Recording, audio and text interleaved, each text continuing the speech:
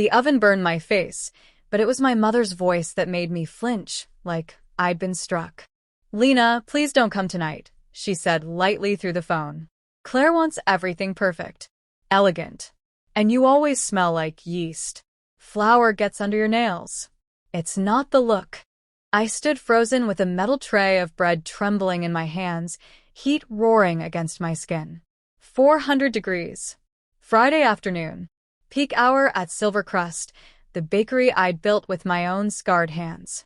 And my mother was calmly uninviting me from my own sister's engagement dinner. "It just doesn't match the old New Haven vibe," she continued, as if discussing curtains. "You understand, right?" I didn't, but I said, "Okay." The word tasted like ash. I hung up before she could soften it with excuses. The tray clanged onto the cooling rack.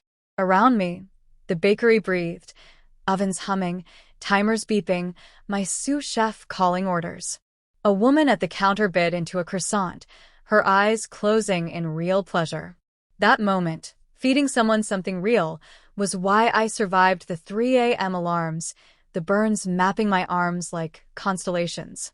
To my family, though, I was just the engine downstairs. Useful, quiet, replaceable. My name is Lena Hart. I'm 31, and I'm a pastry chef. This is the story of how I stopped feeding people who were slowly starving me. I wiped flour from my hands and kept working, like the call hadn't cracked something open in my chest. People think baking is romantic. They see golden pastries and marble counters online. They don't see the pain that settles into your shoulders so deep it feels permanent. They don't see the money either, like the $4,500 I sent my parents every month after my father lost half his savings on a can't-miss investment. We never talked about it. Appearances mattered more than truth. I paid for my sister Claire's camera upgrades. I paid for the heating system in their historic townhouse. I paid because that's what family does. Or so I told myself. That night, staring at my reflection in a stainless steel table, flour-streaked, exhausted, I finally understood. They loved what I produced. They were ashamed of the producer. The realization settled heavy and calm. The next morning, the bell above my door didn't chime. It rattled, sharp, entitled. My parents stormed in first. Then Claire, wrapped in cream cashmere, walked straight past me to check her reflection in the display glass. "We have a disaster," my mother said breathlessly. "No hello. No apology. The caterer canceled," Claire added, smoothing her hair. "So you'll fix it." I slowly wiped my hands on my apron. "Fix what?" "The desserts," she said, irritated. 5 dozen midnight cruffins, gold leaf, and a 3-tier vanilla cake. Delivered by 4. I looked at the clock. 10 a.m. They were asking for 3 days of work in 6 hours. For free. My father avoided my eyes. "It's for your sister," he said. "Important people will be there." I opened my mouth to refuse, but before I could speak, the door opened again. This time, the air changed. A man stepped inside in a charcoal suit, presence sharp enough to silence the room. My family's faces rearranged into polished smiles. Claire rushed toward him. "Evan, you weren't supposed to." He walked past her, past my parents, straight to me. "Are you Lena Hart?" he asked. I nodded, heart suddenly pounding. He exhaled, almost relieved. "Good. I've been trying to meet you for 6 months." Behind him, my family stood perfectly still. And in that moment, I knew everything was about to break. "I'm Evan Cole," the man said, extending his hand. "I run the North Star Hotel Group." The name landed like a dropped plate. North Star wasn't just big. It was global. Luxury hotels in Paris, Seoul, Singapore. The kind of brand my parents bragged about knowing people from, never actually knowing. "I own the contracts with your bakery," Evan continued, eyes never leaving mine. "Your pastries are the reason our Paris flagship has a waiting list for breakfast." My mother made a small choking sound. Claire laughed nervously. "Evan, you're being dramatic. She just bakes." Evan didn't look at her. "She does more than bake." My father finally stepped forward, forcing a smile. "Mr. Cole, we were just discussing a small family issue." A business issue, Evan corrected calmly. One that apparently involves me. He turned back to me. I sent you 5 partnership proposals. Tokyo. Dubai. A flagship concept under your name. You never replied. My stomach dropped. That's impossible, I said. I check my inbox every night. I assumed you weren't interested, he said. Until this morning, when your father called my assistant asking for emergency catering recommendations. Silence pressed in from all sides. Evan pulled out his phone and turned the screen toward me. There they were, emails, contracts, timelines. But the reply address wasn't mine. It was my father's. The room tilted slightly. He had access to the domain, I said quietly. When we set it up years ago. I looked at my father. His face had gone pale, sweat shining at his temples. I was protecting you, he said quickly. You weren't ready for that pressure. Tokyo? That's too far. We need you here. Your mother needs help. Claire needs support. I was thinking of the family. Evan let out a short, humorless laugh. You blocked a multi-million-dollar deal so your daughter could keep paying your bills? Claire grabbed Evan's arm. It doesn't matter, she said fast. We're here now. Lena can just do the desserts for tonight and we'll talk business later. Family comes first. Evan looked down at her hand like it didn't belong there. I don't think there will be any desserts, he said. My mother's eyes lit up for half a second. You have some in the back? No, I said. My voice was steady now. The midnight cruffins sell out months in advance. And today's batch? I donated them. Claire shrieked. Donated them? To who? The women's shelter on 4th Street. Every Friday. There's nothing here for you, I added quietly.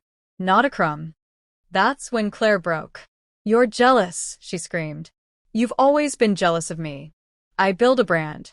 You play with flour. You're ruining my life because you can't stand that I'm winning. My parents rushed to her side, shooting me looks full of fury, like I'd committed a crime by standing still. Evan watched it all in silence. I didn't argue. I didn't defend myself. I'd learned something important about fire. You don't fight it with more heat. You let it burn itself out. The quiet became unbearable. Then I untied my apron. I folded it carefully on the counter. Took out the spare key my father had used that morning. Placed it on top. Click. I pulled out my phone. One by one. Mom blocked. Dad blocked. Claire blocked. My mother whispered, Lena, what are you doing? I'm clocking out, I said. For good. I turned to my staff. Everyone's paid for the full shift. Close early. Yes, chef, Marcus said, standing straighter than I'd ever seen him. I walked past my parents. Past my sobbing sister. I stopped in front of Evan. I'm getting a coffee, I said. You can come if you want. He didn't hesitate. As we stepped into the cold morning air, the bell chimed behind us, soft this time. I didn't look back. And I didn't yet know how much that single step would cost them or give back to me. The cafe was small and quiet, the kind of place that smelled like burnt espresso and second chances. Evan ordered black coffee. I ordered nothing.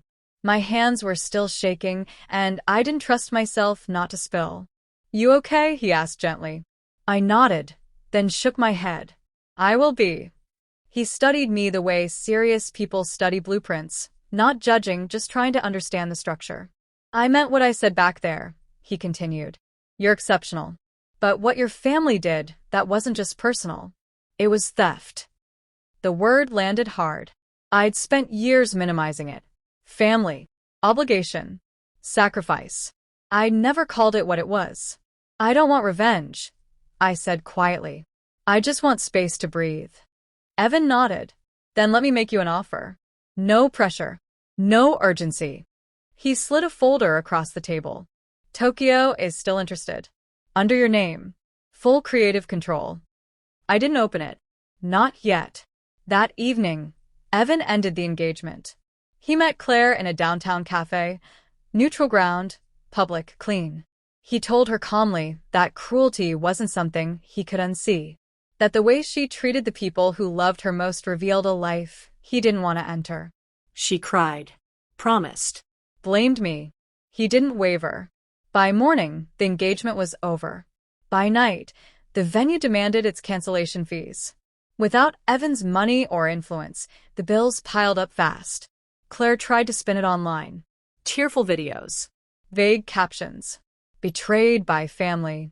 But without the luxury backdrop I'd been quietly funding, the illusion cracked. Brands stopped calling. Followers drifted away. My parents panicked. They called cousins, Aunts. old friends. Messages about forgiveness and unity flooded in. I read none of them. Blocking them had been the hardest and cleanest thing I'd ever done. Without my transfers, reality hit fast. The heat went out in February. The townhouse, so important to their image, became impossible to maintain. They sold it quietly and moved to a small condo outside the city. No goodbye. No apology. Back at Silvercrest, life changed too. Marcus found me after closing one night. "You sure about this?" he asked when I handed him the partnership papers. "This place is you." "It was," I said. "Now it's yours." I stayed long enough to help him transition, then stepped back. Watching someone else run the bakery I'd bled for was strange, but freeing. For the first time, my identity wasn't welded to survival. 6 months later, I was on a plane. Tokyo rose around me like a promise, made of glass and light. The flagship space was bigger than anything I'd imagined. Floor-to-ceiling windows, open kitchens, room to breathe. Evan and I weren't a couple. We didn't need to be. What we built was quieter and stronger than romance. Respect. Opening day arrived faster than I expected. As I stood behind the counter, watching my new team move with confidence, my phone buzzed. Unknown number. One message. "We need to talk." I stared at the screen, pulse quickening. The past, it seemed, wasn't quite finished with me yet. I didn't reply to the message. For a long time, I just stared at my reflection in the dark screen, older, calmer, no longer bracing for impact. Whatever they needed to say had already been said the day I left the key on the counter. Opening day in Tokyo was everything I'd once believed I didn't deserve. The line wrapped around the block before sunrise. My team moved like a single organism, focused, proud, paid well above industry standard. I watched a woman take her first bite of a croissant and close her eyes, just like they did back in Boston. That never got old. A percentage of every sale went straight to the women's shelter. Not quietly. Not anonymously. I wanted the circle visible this time. Evan stood beside me during the ribbon cutting, scissors in hand. "Ready?" he asked. I nodded. When the ribbon fell, applause rose like a wave. For a moment, I felt it all at once, the grief, the relief, the weight lifting from my chest. Later, alone in the kitchen, I finally opened the folder Evan had given me months ago. Not the contracts. I'd signed those, but the note tucked inside. "You don't owe anyone access to you. Only honesty to yourself." I folded it carefully and slipped it into my pocket. I never heard from my parents again. Not directly. The silence was clean. Permanent. Some endings don't need closure. They need distance. Claire tried once more, months later, through a mutual acquaintance. She wanted a reset. A collaboration. A chance to heal. I declined. Healing doesn't mean reopening wounds. One evening, after closing, I sat on the steps outside the bakery, city lights reflecting in the glass. Evan joined me with 2 paper cups of coffee. "Do you miss them?" he asked, not assuming the answer. I thought about it. About the years I'd spent earning love with exhaustion and money. "No," I said finally. "I miss who I thought they were." He nodded, understanding. I picked up a warm croissant, broke it open, and took a bite. It was perfect. Butter, patience, time. Things that couldn't be rushed or faked. It tasted like freedom. If you're the one holding everything together for people who wouldn't hold you when you fall, listen to me. They will never give you permission to leave. You have to choose yourself. It will be dark for a moment. Then, slowly, you'll see just how much light you've been standing in all along.